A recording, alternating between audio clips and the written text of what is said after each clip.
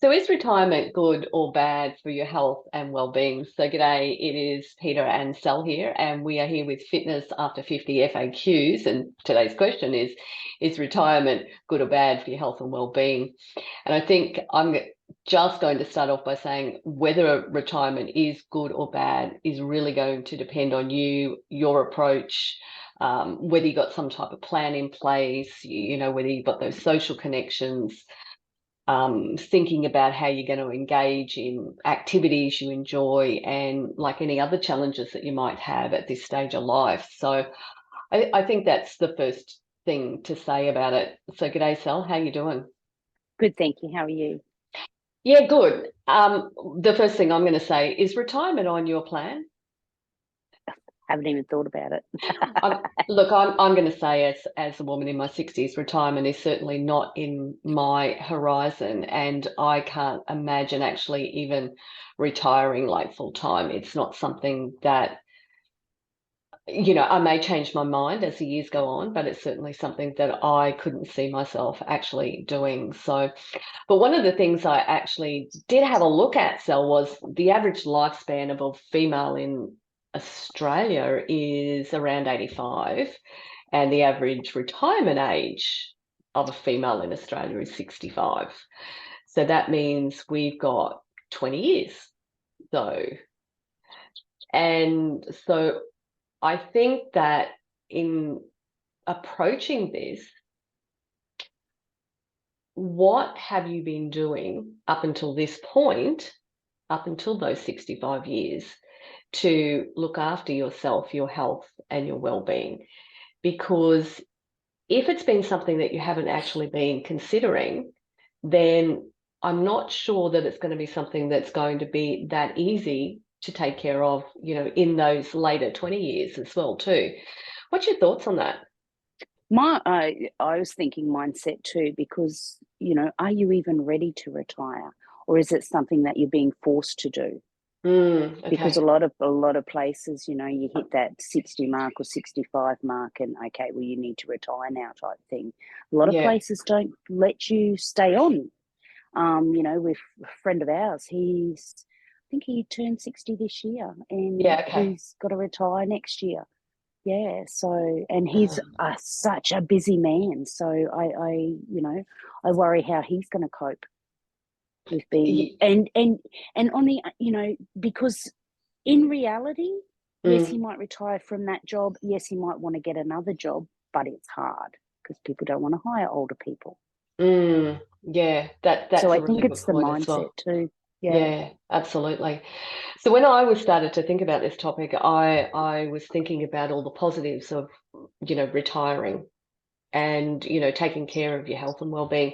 But for everyone that I came up with, I also came up with something that was against that as well too. So I'm going to start off with the first thing that I thought about, which was retirement is one of those things that can help you lower your stress levels, because if you think about it, a lot of the busyness and the lack of time that you've had and the stress that you've had on your life generally relates to all of the work that you've been doing.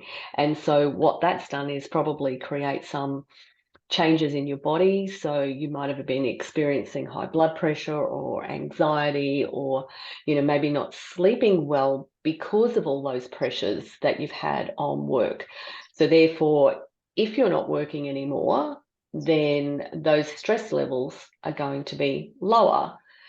So therefore, you would think that those things would start to improve.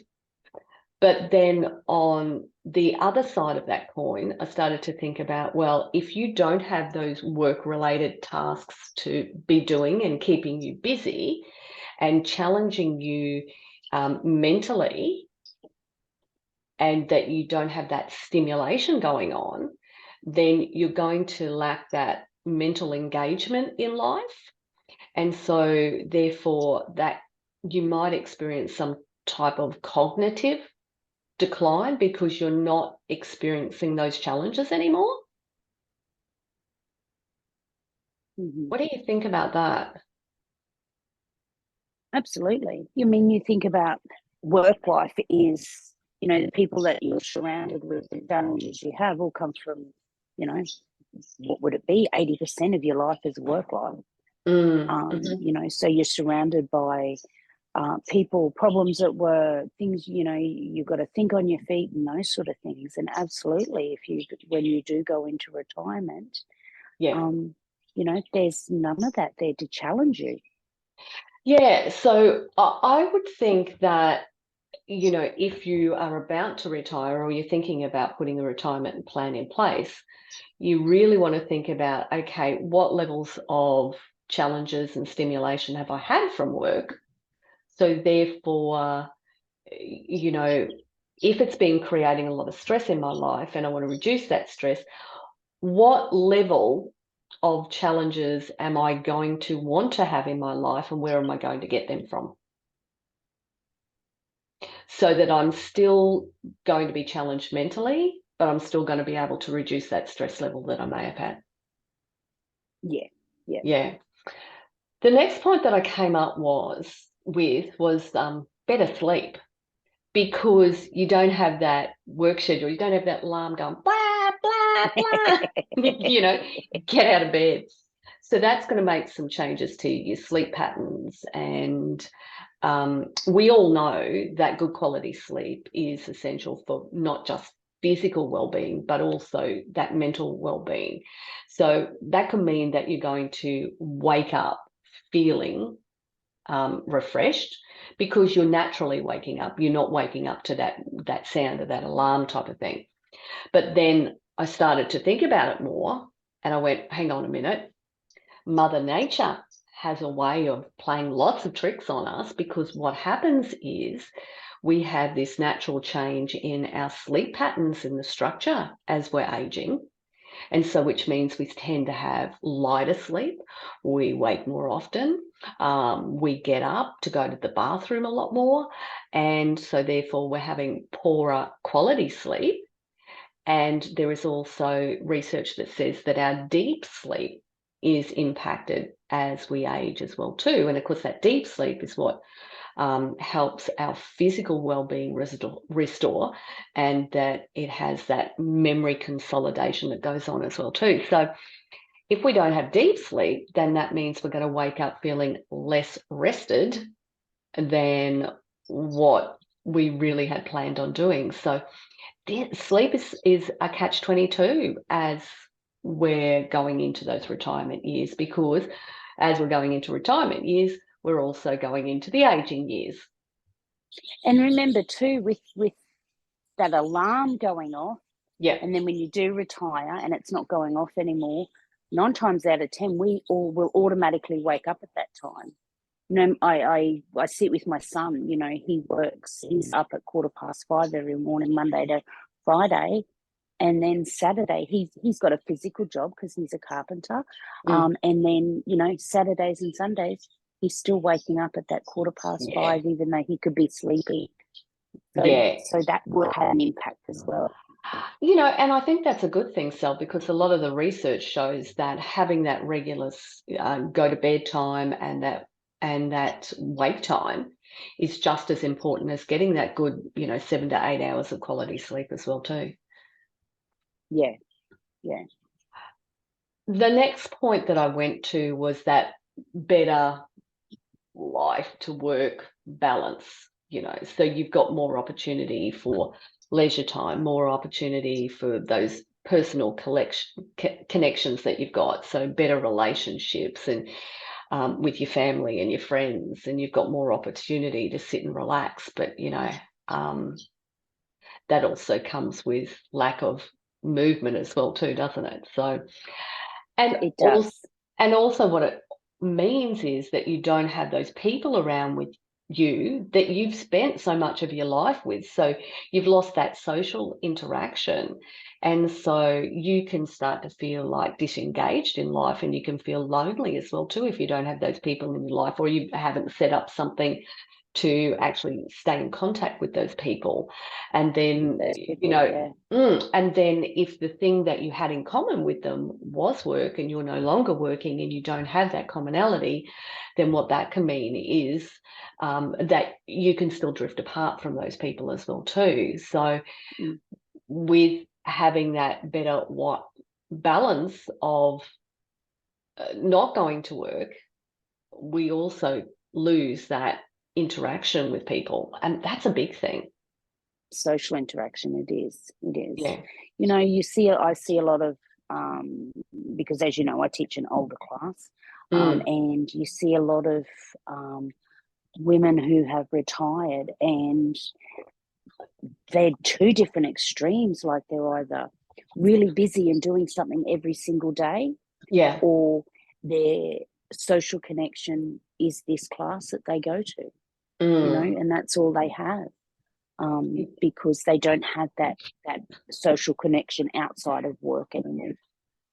And so do you think that's because that as women we're either, tailored one way or the other way? So we're either very, very much introverted to ourselves, and we rely on ourselves. So even though we have those connections when we go to work, we don't get involved in a lot of different activities, whereas some women spend a lot more time getting involved in social activities as well too. And so do you think that there's those two arms, and so therefore Absolutely. so therefore those people who are not terribly involved in building relationships when they're at work, they're going to struggle when they're not working? And a lot of fear comes in because I think they're afraid to join new groups or go after what their interests were. Oh, maybe I wanted to learn to paint, but I'm not brave enough to go to the local painting class, or I wanted to learn lawn bowls, but I'm not brave enough to go there. So that fear comes in, and I think they become isolated. Because I was thinking about myself, like a lot of my connections over the years of working, I started work when I was 15. So they all came from the people that I was around at work. But the most significant relationships that I've got in my life have come from outside of work. And even though I'm not that person who is going out all the time being socially connected, those people that I have in my life, I know that they're there to support me no matter what type of thing. So I don't think that you need to have thousands and thousands of people that you're connected with. You certainly just have to have those really good friends that are going to be there to support you. Yeah. In saying that, Sal, another thought that popped into my mind about that is that sometimes what we do is we rely very much on our family to be our friends. Because I see that with my mum, when she goes and has that assessment, she's been having it done for years now, when you're over 70, they assess you physically and mentally as well. And, she goes, oh, here's my results this year. And, every year I was go, Mum, why do you put me down as your friend? Because you are my friend. And I go, well, but, I am your daughter. And I said, you've got your church friends and everything. Oh, yes. But I don't really go out with them. I only see them at church. So, and once again, going on that flip side, that can put a big strain on family relationships. Oh, totally. Because particularly if that family, if you've got one family member that you totally rely on and they're not available, then that can put a big strain on them. But it also means that if they can't get there for you for some reason, you're certainly going to feel isolated again. Yeah. The next one I thought about, Sal, which was one of my favourites, was that retirement is great for personal growth. You got time to focus on self-improvement, learning new skills, discovering new passions, and, which therefore means that you feel better in yourself. You've got this sense of purpose. Um, you've got a higher self-esteem as well too. But you've got to overcome that fear that you mentioned earlier. And of course, you may have identified yourself as being, a person that worked, whatever role you had. And of course, that can also lead to that loss of identity, and you feel like it impacts your self-esteem, and therefore it impacts your health as well too.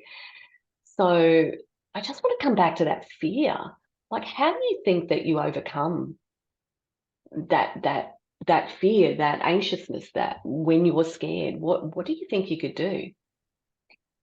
I think you just have to, we always talk about it with our fitness, taking that first step. I think you have to identify, firstly, what do you want to do? What do you want to explore? What do you want to learn? Yeah. And then and that can take you back into that workspace for a little bit, where you can do your research of local groups around, different courses that you can do. And, and going from there to find out what it is. There could have been a passion in high school, photography, for example, that you really wanted to always explore, but then, marriage not got in the way, but marriage happened, children happened, grandchildren happened. So exploring it, finding out what is local, what you can join. Those sort of things. I was thinking about it because sometimes it's hard to actually even take that first step to go, what is it that I want to explore, or what is it that I used to enjoy doing?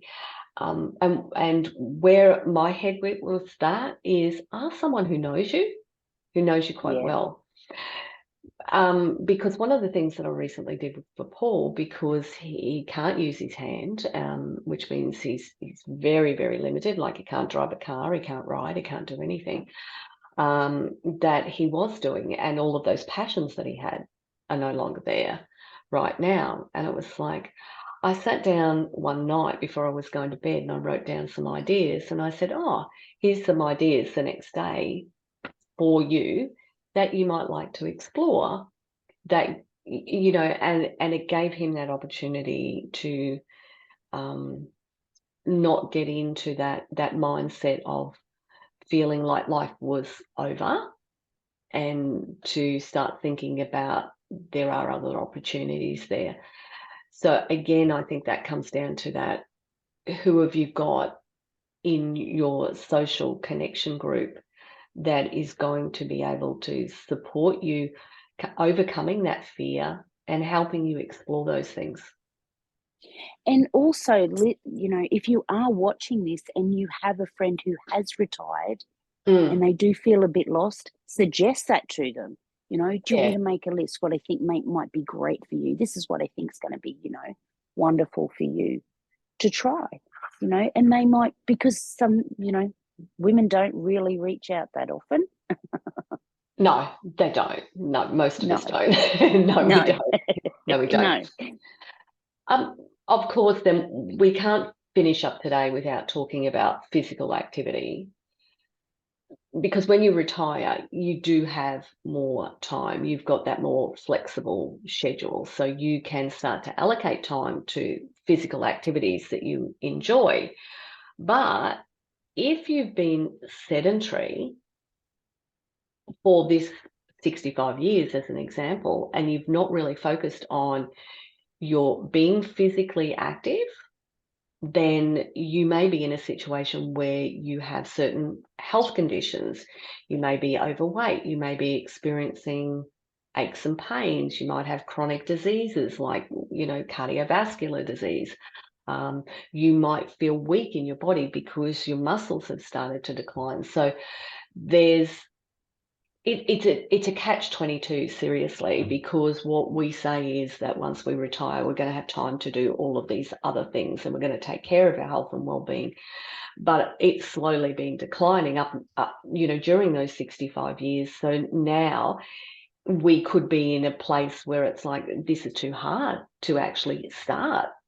So, and, those aches and pains that I've got are deterring me, or, that I'm fearful that because I have these chronic illnesses that I'm going to make them worse by doing some type of physical activity. But then all the research shows that physical activity alone is as good as a pill when it comes to up to 40 different chronic illnesses. It can either help prevent or slow the impact of. Absolutely. And you need to step away from that mindset of when you were 20 years old and how you worked out then. Yeah. Because you're 45 years older, and it's different, So you just got to look at it. Okay, well, I'm going to start a new fitness routine. What am I going to do? Yeah. Not even a fitness routine. No. Don't even look at it like that. No. I'm going to move more. That's what I need to do. Yeah. And I think it's about approaching it from what do I need to do to move better, more freely and easily in life. And of course, then you're going to see lots of things on social media that you need to do flexibility, or you need to do strength training, or you need to do mobility, or you need to, do endurance training and take care of your heart. The reality is, no one of those things is better than any of those things. You have to do all of them. And I did say have to, because we need strong muscles to be able to pick up our grandkids if they fall over. We need a strong heart to be able to walk up the stairs if we have stairs in our house.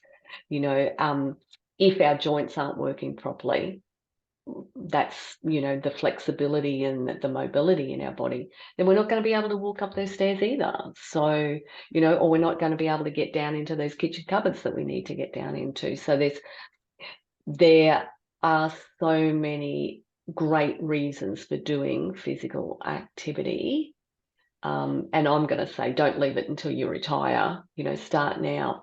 Start now, absolutely. But yes, find the thing that you enjoy. But remember, that thing you enjoy generally will need to be supported by all of those components that we're talking about. Mm. So, and if you're not sure where to start with your movement, as you said, there's so much on social media. Yeah. So much information that you can just get overwhelmed. So go to those places that support your age group. Yeah, that's a good point. Really good point. If you're 65, you haven't moved in 40 years, you want to start moving, then go to somebody that supports your age group.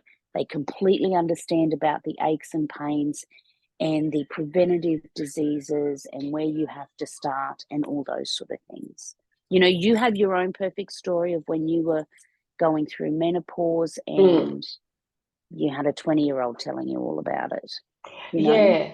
And I was also thinking about this, Sal, as you mentioned that, is that we are often as females treated like that we're men, and that the training that we need to do, the exercise that we need to do is about, what has been structured for men. But that's not the case. We are females. We've got so much that happens and changes in our bodies, particularly when we're coming up to menopause, when we go through menopause, and when we're post-menopause. So, we think... Can I just say, we have so many changes that happen in a day. Oh, absolutely. Absolutely. You could go and have a blood test and it'll show one thing now, and it'll show another thing if you go and have it, a couple of hours later. So it's just like jumping on the scales. Most girls can relate to that, right? You jump on them in the morning, they're going to be really different to the middle of the afternoon as well too. So we are different. And I just really believe that we need to be working with good coaches and trainers that understand the female body, and not just take some type of male program. And a lot of the research that you see has been done for males. Yeah. And the reason that they do that, and I understand the reason that they do that, is because they don't have those hormone changes going on. No. No. So it's much easier to do research on males than it is for females. Yeah. Yeah. Absolutely. Mm. So, Sally, you got anything that you want to add to that? I want to add too, if you have not retired yet, but you know that it's coming up, Yeah. start planning. Yes. Start planning. What are you going to do? What are you looking forward to doing? You know, what is on your bucket list? Have you got a bucket list for post-retirement? Or for your retiring years? Because so often, I'm a big believer in two groups, and I say this because I have seen it firsthand. Yeah. There are two groups out there. There's the ones that retire, and they, if they do have those health issues, they're out there and they are trying to correct them and they're trying to make them better. Yeah. Then you have that second group who retire and then find out they have those health groups and they just those health issues, and they just sit back and wait. Yes. Yeah. That's a really good point. Absolutely plan pre-retirement on what you think you might want to do. Yeah, which is how I wanted to wrap up as well too. So, you need to lay the foundations for your retirement that aligns with your aspirations, and that allows you to enjoy, life as you want to enjoy it. And if you're someone that is not a planner, and you're someone who struggles with thinking about those things, that can be very daunting in itself as well too. So I would say delve into your childhood. What are the things that put a smile on your face when you were a kid? One of the greatest pleasures that I have, and you know this because you came to the park with me and you took photos. So one of the greatest pleasures I have is actually getting on swings and slippery dips. I think they call them slides now. Climbing things, flying foxes, anything that has that level of fun and activity. But where that comes from is that just was something that I did as a kid, and it brought me such great joy that, and you can see now that it's putting a smile on my face already. Yeah. So it is definitely something that if I can include something like that into daily life, if I can put a swing in a tree in the backyard, then I'm going to get out there and have a swing each day. And that is physically moving, but it's also doing something that I love and enjoy. And I'm going to come back to Leslie. I remember Leslie's, she never grew up around physical activity. It was something that she didn't get exposed to. So she was very similar to me. But what actually happened with her is she tried lots of things and went, nah, nah, nah, nah. But she went out kayaking one day and she went, I love this stuff. I really, really love it. But what happened is when she got home, she had to lay down and sleep for a couple of hours. And then she realized all the parts of her body that she was using during it. And she went, hang on a minute. I need to do other types of training or physical activity that is going to support this thing that I love and enjoy. And you usually find that. What's the thing that you want to do? And what are the things that I'm going to need to do to support the thing that I love? Yeah. Yeah. Perfect. Thanks for joining us today, everybody. Thanks for joining me as usual, Sal, and we'll see you all soon. Bye, Sal. Bye, everyone. Bye. Bye.